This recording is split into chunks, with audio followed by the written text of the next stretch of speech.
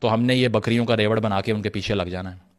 ایک آدمی جو کہ پارٹی کی فلسفی سے آئیڈینٹیفائی نہیں کرتا، اس کو سعد رفیق کے اگینسٹ جتوا دیا، جو کہ اپنی پارٹی میں رہ کے میاں نواز شریف صاحب کے خاندان کے اوپر تنقید کرتا ہے کہ یہ نیپوٹزم لے کے آ رہے ہیں، وہ ہار جاتا ہے۔ عوام میں کتنی اپیل بچی ہے ان لوگوں کی جنہوں نے سرو کیا تھا، جن کے پروگریسو مینیفیسٹوز تھے، جن کے مینیفیسٹوز میں ایجوکیشنل ایمرجنسی کی باتیں لکھی ہوئی ہیں، جو کہ آپ کو طالبان کے خلاف بولنے کی وجہ سے جانے دیتے ہوئے دکھائی دے رہے تھے، آج الیکشن نہیں جیت پا رہے۔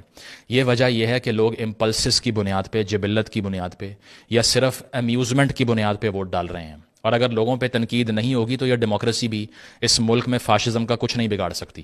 آپ سوچ بھی نہیں سکتے کہ اپنی مرضی کا لیڈر لانے سے یہاں کوئی مسئلہ حل ہو جائے گا، بالکل نہیں ہوگا، کیونکہ آپ کی ووٹنگ جو ہے وہ کوالیفائڈ ہی نہیں ہے۔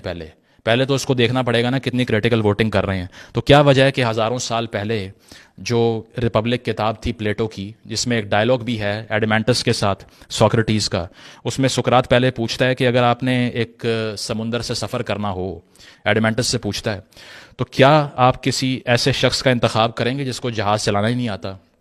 تو وہ اس نے آگے سے کہا کہ نہیں، ایسا نہیں کروں گا۔ اس نے کہا ڈیموکریسی کے بارے میں بھی یہی مسئلہ ہے۔ اس کی وجہ یہ ہے کہ ہم ان لوگوں کا انتخاب کر لیتے ہیں جو ہمیں امیوز تو کرتے ہیں، پاپولر تو ہوتے ہیں، لیکن ان کو کام کرنا نہیں آتا۔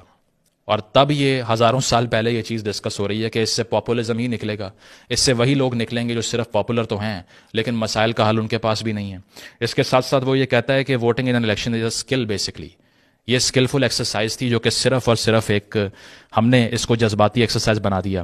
تو اگر آپ یہ سوچیں کہ ہر وہ شخص جس پہ عوام متفق ہو جائے اس سے عوام کا فائدہ ہو جائے گا، تو ایسا بالکل نہیں ہے۔ ہٹلر بھی اسی نظام سے آیا تھا۔ اگر ڈیموکریسی کے تحت جو الیکشن وہاں ویمار ریپبلک کے اندر فرسٹ ورلڈ وار کے بعد ہوا، ہٹلر نے اس میں حصہ لیا، اس کی پارٹی نیشنل سوشلسٹ پارٹی نے حصہ لیا، چند سیٹیں حاصل کیں، چانسلر بنا، اس کے بعد ڈکٹیٹرشپ لے کر آیا نا، اسی نظام سے آیا۔ تو آپ کیسے توقع کر سکتے ہیں کہ جس کا آپ نے انتخاب کر لیا وہ سب سے زیادہ انکویسٹنیبل ہے اور اس ڈیموکریٹک ڈیلوژن کو سوال ہی نہیں کر سکتا کوئی؟ تو اس کا جواب ہمیں اس بات میں ملتا ہے کہ ہماری جو ارریشنل امپلسز ہیں، یعنی کہ ہماری جو ایبلٹی ہے کہ جو ہمارا دل لبھا لے، ہمارا ووٹ اسی کے لیے ہے، یہی مروا دے گی ہمیں۔